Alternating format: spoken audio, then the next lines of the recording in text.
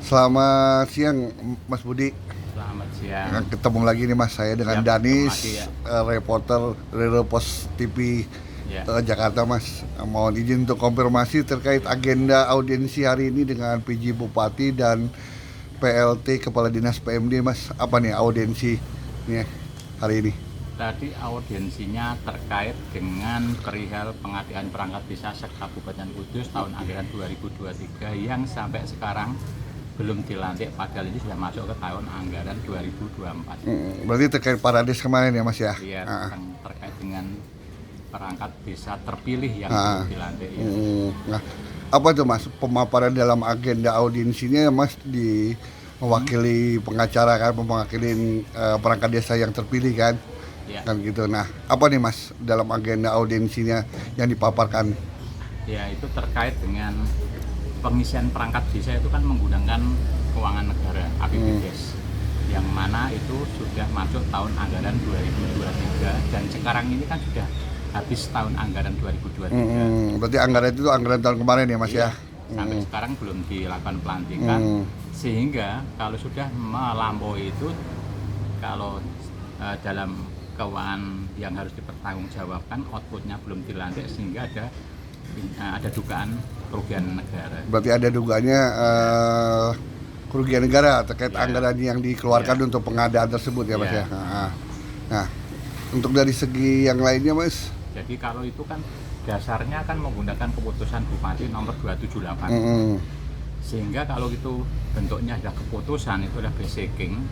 Basicking itu adalah bentuknya atau sifatnya itu individual, konkret, final. Itu diatur di dalam Undang-Undang nomor 30 tahun 2014 tentang administrasi pemerintahan. Dan juga dikuatkan oleh asas hukum presumptio justa causa. Setiap keputusan harus dilaksanakan meskipun ada gugatan ataupun ada keberatan. Berarti Dari apa yang disampaikan oleh PJ Bupati yang mewakili Bapak Harso tadi menyampaikan akan ada gugatan.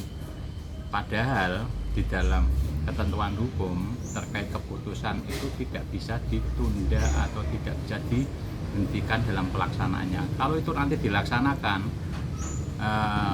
dengan adanya keberatan dan adanya gugatan itu berhenti seperti yang sekarang ini, ya roda pemerintahan akan berhenti dan itu akan menjadi kacau negara kita ini. Maka keputusan itu apapun yang harus dilaksanakan terkait dengan pelantikan ini ya tidak bisa ditawar lagi, itu harga mati itu. berarti sesuai dengan keputusan undang-undang dan peraturan segala macam memang tidak bisa Mas ya, harus bisa dihentikan. tidak bisa dihentikan, harus walaupun Ya, bakal ada gugatan ataupun adanya tuntutan dari pihak-pihak lain, ini tetap harus dilantik. harus dilantik, apalagi yang disampaikan tadi Pak Harso itu adanya gugatan di peradilan umum.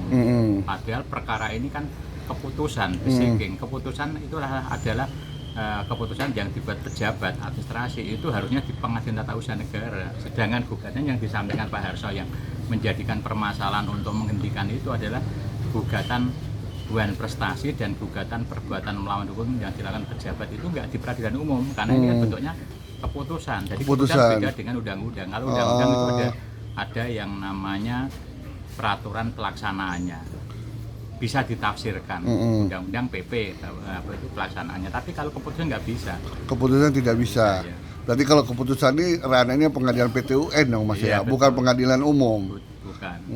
Berarti dengan bisa dikatakan apapun bentuknya gugatan yang sedang berjalan itu tidak bisa memberhentikan atau menunda pelantikan perangkat desa terpilih Mas. Tidak bisa. Yang bisa kalau ada putusan Pengadilan Tata Usaha Negara bahwa keputusan yang dibuat oleh bupati pelaksanaannya cacat hukum, itu baru bisa apabila sudah inkrah. Tapi di Pengadilan Tata Usaha Negara, Di bukan Pengadilan Tata Usaha Umum. Negara yang menyatakan bahwa keputusan bupati terkait pengadaan perangkat desa itu cacat hukum, Iya. itu baru bisa dihentikan Mas ya. Iya, Tapi sebelum harus di PT UN. Nah ini kan di peradilan umum. Nah kalau peradilan umum kemarin pas menang di tingkat pertama oleh penggugatnya, setelah kami yang menjadi kuasa hukum tergugatnya, akhirnya kan putusannya dibatalkan. putusnya dibatalkan. Iya, dan dimenangkan pihak tergugat bahwa itu bukan kewenangan pengadilan negeri, harusnya di pengadilan tata usaha negara. Keputusannya seperti itu. Nah, itu yang tadi disampaikan dalam audiensi ya Mas ya. Betul. Nah, tanggapan mereka pada saat Mas Budi menyampaikan itu apa tanggapan dari mereka Mas? Untuk tanggapan Pak Harso belum ada tanggapan yang pasti kapan mau dilantik. Ya kami maklum lah, beliaunya hanya mewakili saja. Nah, nanti yang akan memutusnya Bupati. PJ Bupati yang baru ya Pak ya. Itu yang. Nah, harapan Mas Budi nih mewakili dari sekian ratus ya, kalau tidak salah 138 perangkat desa terpilih se-Kabupaten Kudus yang sampai hari ini menanti nasib mereka kapan dilantiknya, sedangkan mereka sudah mengikuti aturan, sudah mengikuti tata cara, dan sesuai dengan peringkat juga mereka peringkat 1, tapi sampai hari ini belum dilantik. Apa nih harapan Mas Budi kepada PJ Bupati sehabis adanya audiensi ini Mas? Ya oleh karena sudah berjalan sangat panjang ya, seharusnya tanggal 31 Maret 2023 sudah harus dilantik, dan muncul adanya keberatan-keberatan dan itu ditanggapi oleh Bupati saat itu. Nah, maka di sini dengan waktu yang panjang, sudah anggaran sudah masuk ke tahun 2024, ya harusnya harapannya segera dilantik tanpa ada waktu yang di sini dipergunakan alasan-alasan yang sekiranya itu tidak mendasar. Seperti itu. Ya kami juga di sini merasa bahwa terkait dengan pelaksanaan keputusan oleh pemerintah daerah itu ya tidak konsisten. Ada perkara lain yang sekiranya di sini berbeda dengan perlakuannya, berbeda dengan keputusan ini. Gitu. Berarti tidak ada dengan adanya penjelasan hari ini berarti membuka pemerintah daerah Kabupaten Kudus bahwa memang ini tidak ada tawar-menawar, memang harus dilantik ya Mas ya. Iya betul ya. Walaupun masih ada dalam gugatan di pengadilan umum, tapi itu di pengadilan umum, bukan di pengadilan tata usaha ya Mas ya. Iya, bukan di peradilan umum, harusnya di pengadilan tata usaha negara. Seharusnya di pengadilan tata usaha. Substansinya kan terkait keputusan nomor 278 dalam pelaksanaan pengadaan pengisian perangkat desa, sehingga keputusan itu jelas di dalam ketentuan undang-undang ya harus dilaksanakan. Harus dilaksanakan. Jadi tidak ada tawar-menawar ya. Tawar alasan adanya keberatan, adanya gugatan yang disampaikan itu tidak bisa. Karena gugatan yang kemarin itu adalah gugatan yang di peradilan umum, bukan kewenangan mengadili di situ. Bukan mengadili di situ. Berarti dengan bisa dikatakan harga mati, pokoknya mereka harus dilantik gitu kan. Iya betul ya. Ini kan juga Mas juga menangani Hotel Sato nih Mas. Yang sampai hari ini masih berjalan dan ada di Mahkamah Agung ya. Nah, sekaligus Mas dalam wawancara hari ini bagaimana nih Mas terkait penindakan Hotel Sato sendiri oleh pemerintah daerah dan langkah-langkah apa yang Mas sudah indikan sampai ke Mahkamah Agung nih? Ya, jadi kebetulan kami sebagai kuasa hukum, jadi tim kami di sini ini telah mengajukan peninjauan kembali terhadap perkara Hotel Sato terkait dengan izin mendirikan bangunan ini melanggar undang-undang, tidak ada garis padan. Memang perjalanan itu sangat panjang, bahwa sekarang ini sudah diputus oleh Mahkamah Agung terkait pengajuan peninjauan kembali nomor 212 garis miring tahun 2023 ya. Mahkamah Agung itu memutus bahwa objek sengketa IMB itu tergugat ini pemerintah daerah wajib membatalkan objek sengketa IMB tersebut dan wajib mencabut IMB tersebut, dan putusan itu oleh Mahkamah Agung diputus tanggal 15 Desember 2023. Oh, berarti sudah ada ini putusannya Mas ya? Sudah ada putusannya. Berarti tinggal nunggu suratnya saja ya? Ya, suratnya saja. Dan ini sudah dikirim ke pengadilan pengaju tanggalnya 25 Desember 2023. Oh, sudah didistribusikan berarti dari Mahkamah Agung ya? Tinggal menunggu putusannya di tangan kami. Nah, harapan Mas Budi nih dari adanya keputusan dari Mahkamah Agung untuk pemerintah Kabupaten Kudus sendiri kepada pihak-pihak yang terkait bagaimana nih Mas? Ya, kalau terkait dengan permasalahan dengan pihak-pihak di lokasi sekitarnya itu kan ada penduduk yang rusak, yang sekarang ini menggugat. Itu adalah hak mereka masing-masing. Kalau memang bisa damai silahkan kan. Kami bukan identik yang punya perkara. Kami memberikan keleluasaan untuk melakukan penyelesaian secara damai. Namun demikian, permasalahan ini kan perlu dicermati bahwa terkait dengan pelanggaran penerbitan IMB itu ada pelanggaran tentang undang-undang yang mana tidak ada garis padan. Ini kan lawannya negara. Tetapi kalau terkait dengan kerusakan ini kan lawannya masyarakat yang dirugikan.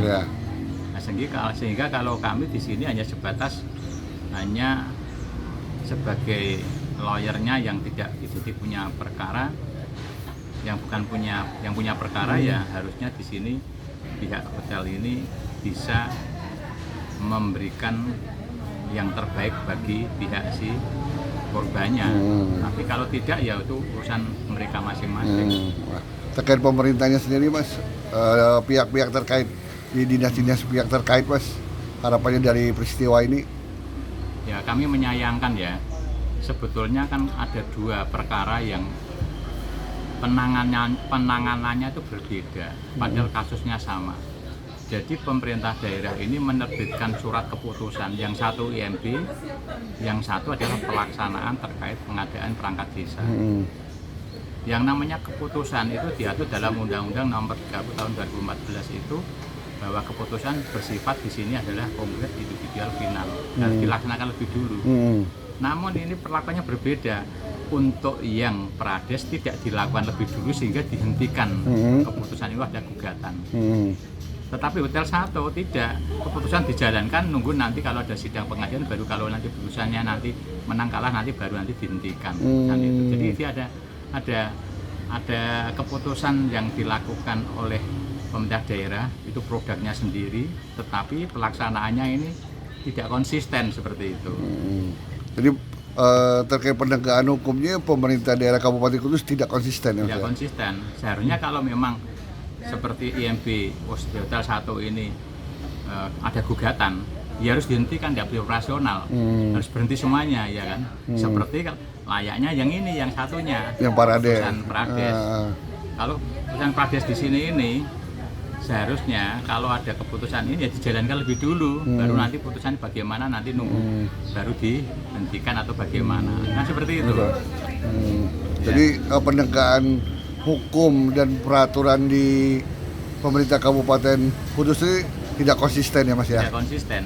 Nah, kalau dalam hal ini disamakan atau dibedakan dengan keputusan yang satu dengan yang lainnya, itu yang Hotel 1 dan keputusan Prades kan berbeda ini, ya kan? Padahal ini keputusan, sama-sama keputusan. Sama-sama keputusan, seharusnya sama-sama ditegakkan, ya, Mas, ya? Gitu. Oke. Ya, makasih banyak Mas Budi selaku pengacara dari perangkat desa terpilih dan juga selaku pengacara Hotel 1 atas wawancaranya dengan Reader Pos TV siang ini, Mas. Selamat siang, saya Dadis dari Reader Pos TV, Mas. Selamat siang, terima kasih.